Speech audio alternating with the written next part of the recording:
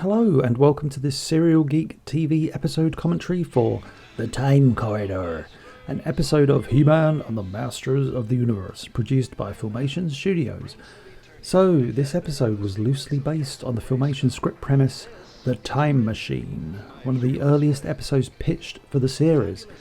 In the original episode, Skeletor builds his Castle of Evil, which, let's be honest, is an incredibly cool sounding name, in order to prevent the existence of Castle Grayskull.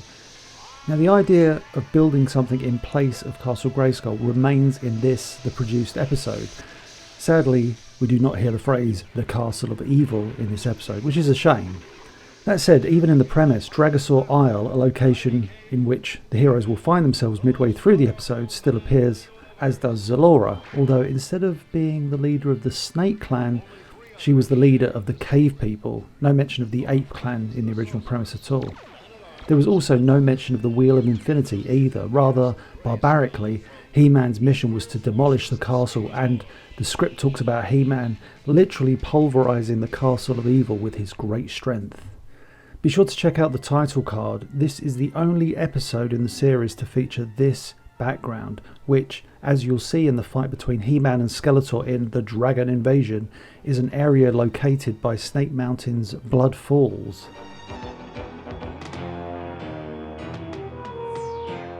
I believe from memory this is the only time we hear this music played at the beginning of an episode. This up-tempo track really doesn't work with the slow pace of the panning shots. It's a unique choice and does actually create a real sense of urgency. Although the urgency culminates in seeing the Lord of Destruction, Skeletor, simply tapping his fingers, which is not the most exciting shot in the series. We see a rather lovely purple-coloured dimensional gate appear here.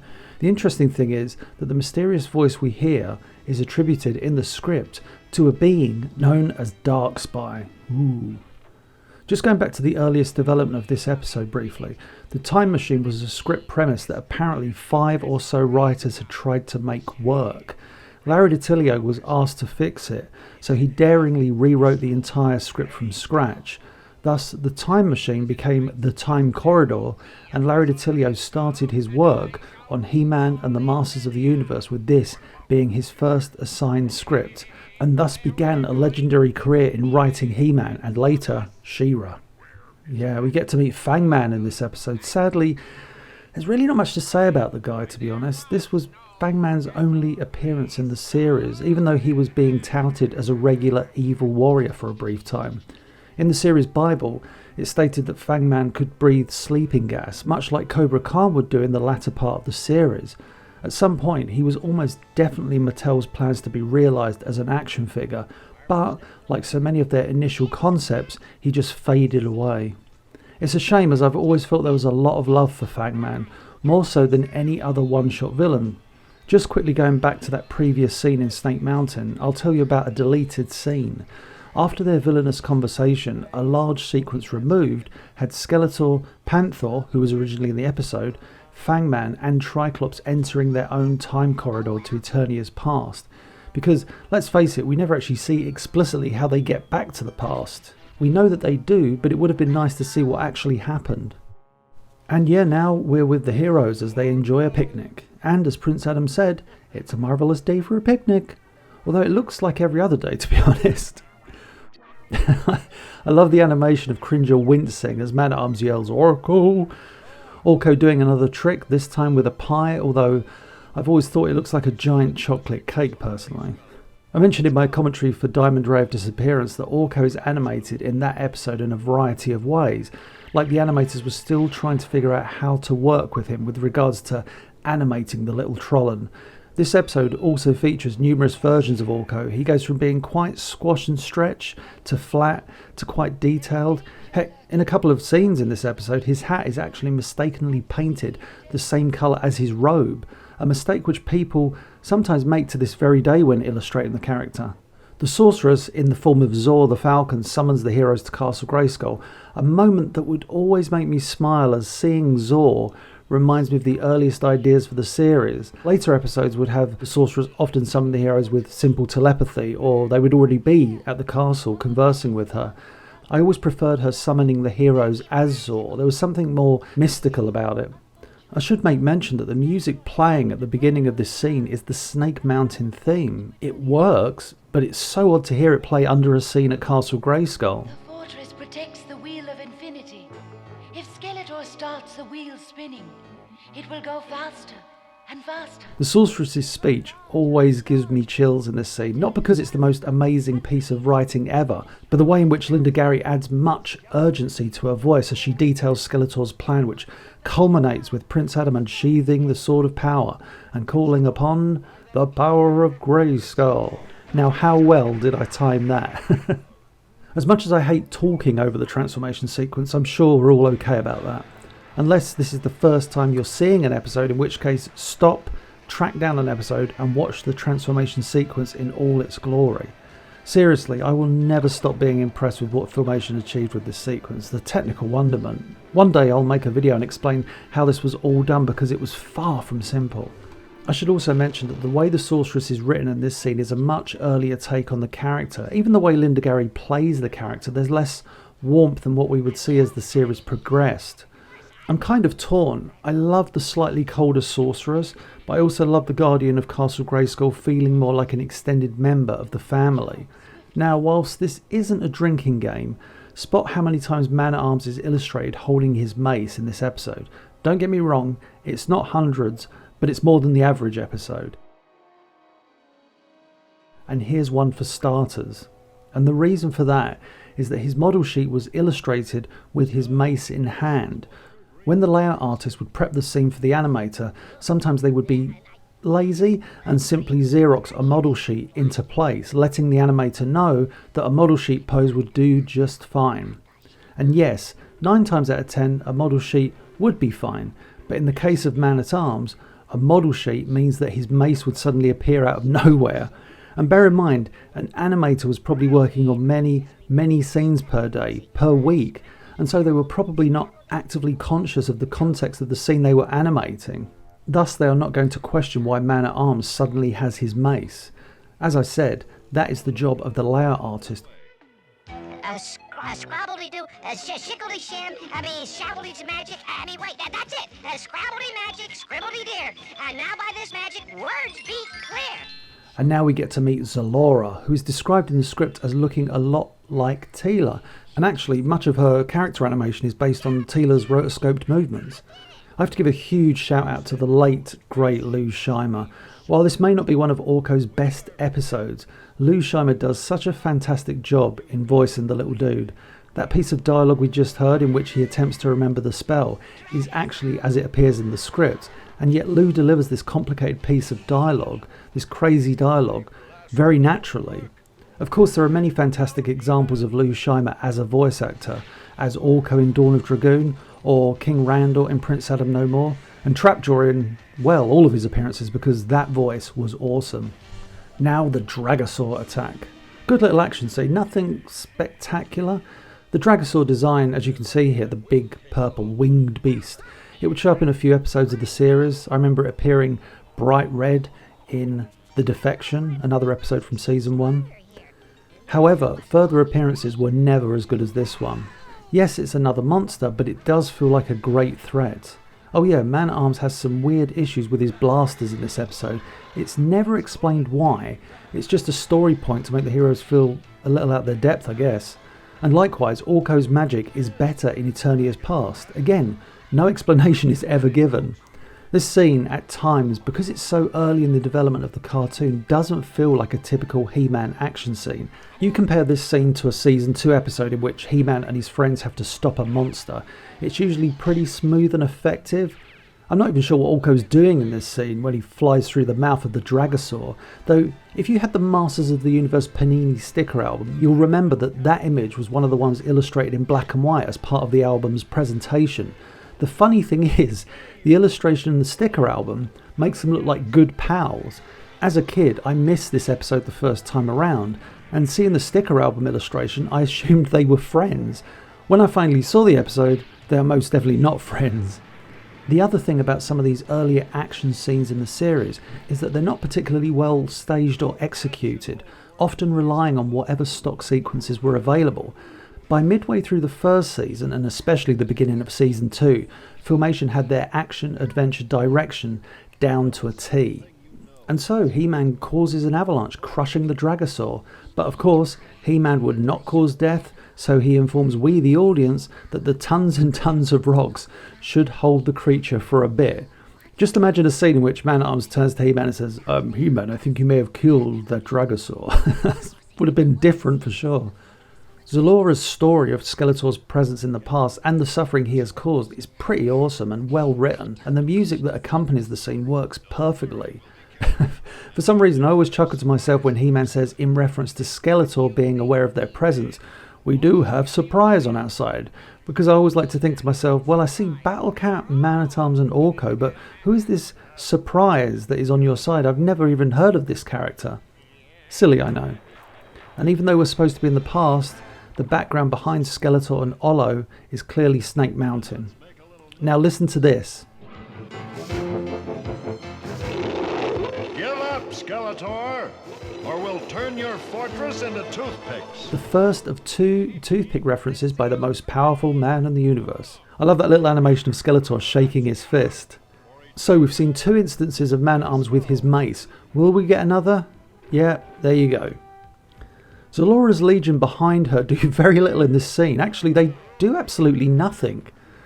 This battle initially feels huge, and then very quickly it feels like only a few people are involved. Triclops, I haven't even talked about him at all in this episode, although in typical Triclops fashion, you could actually replace him with a brick, albeit an evil brick, and it wouldn't make a difference because he's so devoid of personality in so many of his appearances. And this is coming from someone that loves Triclops. Trapjaw and Triclops were my go-to action figures back in the day because oddly, they were rather hard to find in my neck of the woods. So when I got them, I treasured them. That club would make a fine toothpick. And there is our second toothpick reference. Hurrah! The animation of Olo attacking He-Man and then being thrown would also show up as Merman attacking He-Man in both Diamond Ray of Disappearance and Evil Lyn's plot. One thing in the script about this fortress being built is that it's described as a perverted Castle Grayskull. Not entirely sure what that is, but yeah, the artist clearly went for a simple fortress and not a perverted Castle Grayskull. And now for you, Ghostface. Actually, thinking about the way Linda Gary voices Zalora, I get the impression that one of her original designs, and this is pure speculation on my part, was a snake-looking female. Hence why Linda Gary's dialogue is very snake-like. She doesn't roll her S's or anything like that, but it's definitely very hissy, like a lower register, as one would do for a reptile character. See Lou Scheimer later in the series with Cobra Khan. And Act 1 comes to an end 13 minutes into the episode. Phew!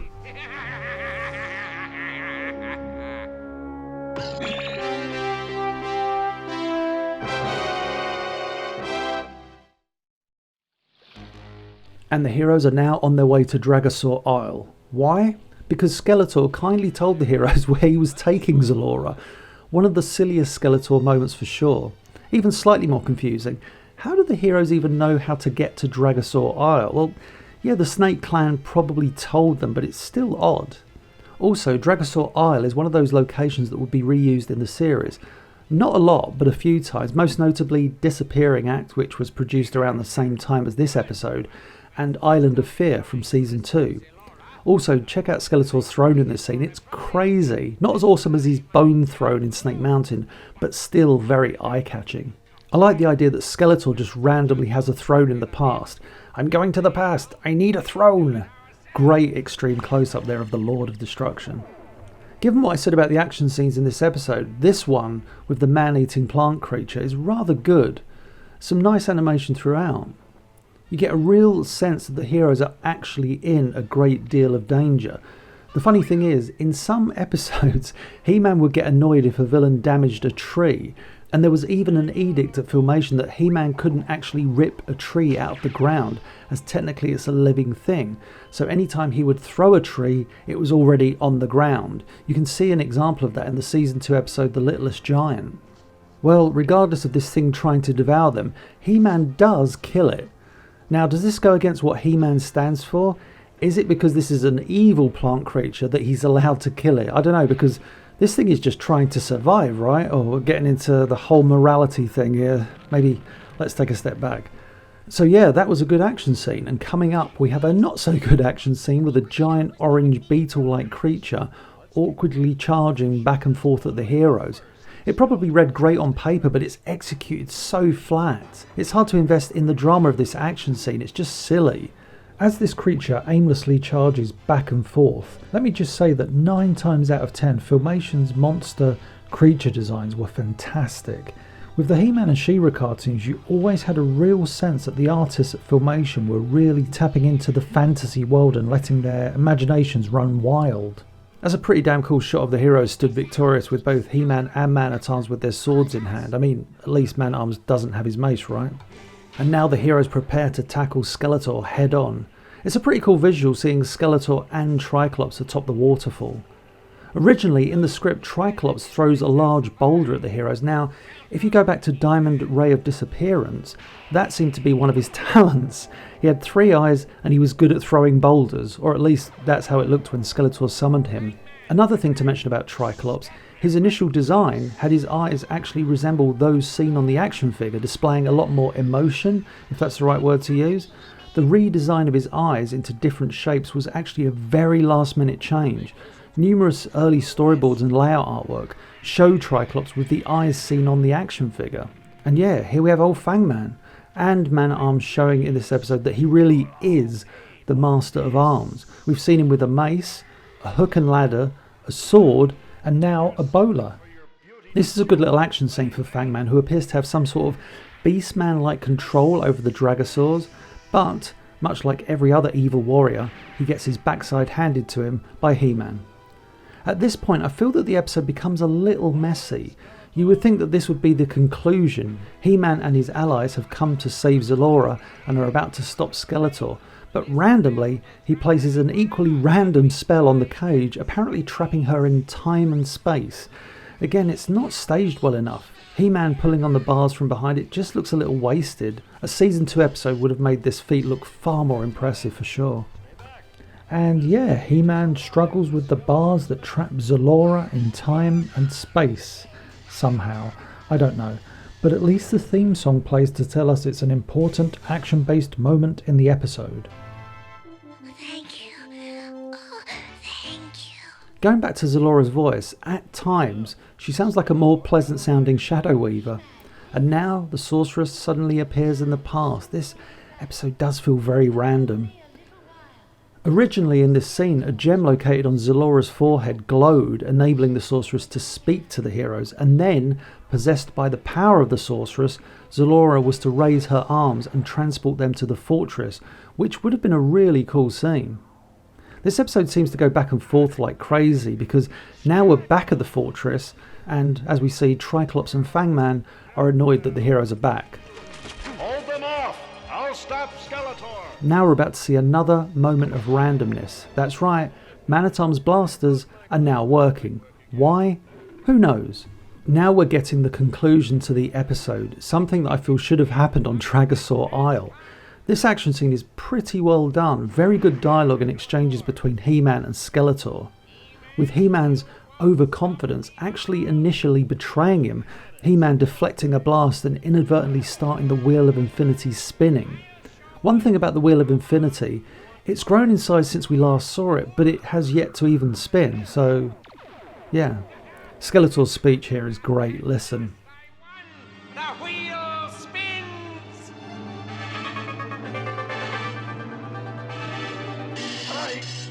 I can't stop it. No one can stop it. It will spin throughout time, moving faster, growing larger, until in years to come it will explode, destroying Castle Grayskull forever! That delivery, the increase in intensity of the music, it's much like the speech the sorceress made earlier in the episode. I do love He-Man's solution to this problem. Speed up the process of something that will move through time. The use of the theme song here is great. It feels like a real monumental feat of strength from the most powerful man in the universe. But I like that simply speeding up the Wheel of Infinity isn't the exact solution, as Skeletor informs He-Man. You've broken loose the time wheel. It will explode. You may have saved but you've doomed yourself. Again, Alan Oppenheimer as Skeletor on fine form, delivering great performances. And when in doubt, what's the last possible thing that the most powerful man in the universe can rely on? Why, his superhuman strength, of course. Bam! And the Wheel of Infinity explodes with a rather nice fireworks display. Funnily enough, that background upon which Man-at-Arms and Orko are placed is actually a long daytime pan of Castle Grayskull and its surrounding area. However, we don't see the castle because the image is framed to keep that from our eyes. But it certainly would have been odd for the camera operator placing these cells on a background that, at this point in the literal timeline of the episode, had yet to exist. And just like that, our heroes are back in the present day. It's a real shame that we never got to see Zalora and the Snake Clan and the Ape Clan in the series ever again. A return to the past episode would have been rather wonderful, I think. Revisiting these characters years later and maybe helping with some sort of conflict in the past. I do love the Sorceress's line here. You have the thanks of Castle Grayskull. It makes the mission seem even more important. I like the way this episode ends with the Sorceress going off on her own mission to ensure that Skeletor is unable to travel back to the past ever again. It's like a little mini episode that we don't get to see, but just knowing that it happens is pretty cool. And of course, this sequence of Orko ducking the flight of Zor would first appear in Teela's quest.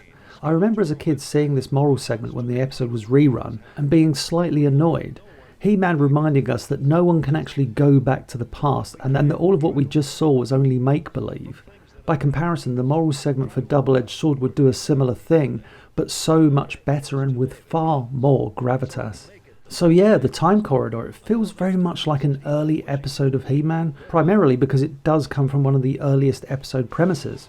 It's only really when the heroes find themselves in the past that the episode finds its feet. Skeletor is at his most threatening and cold-blooded in this episode. He really does feel like the Lord of Destruction. The late great Larry DiTilio successfully maintains the heroes as the stars of the episode, and their adventure throughout the past is thoroughly enjoyable. And that's the end of this episode commentary. I hope you enjoyed it. If you did, please be sure to like, share and subscribe, and I'll catch you on the next one.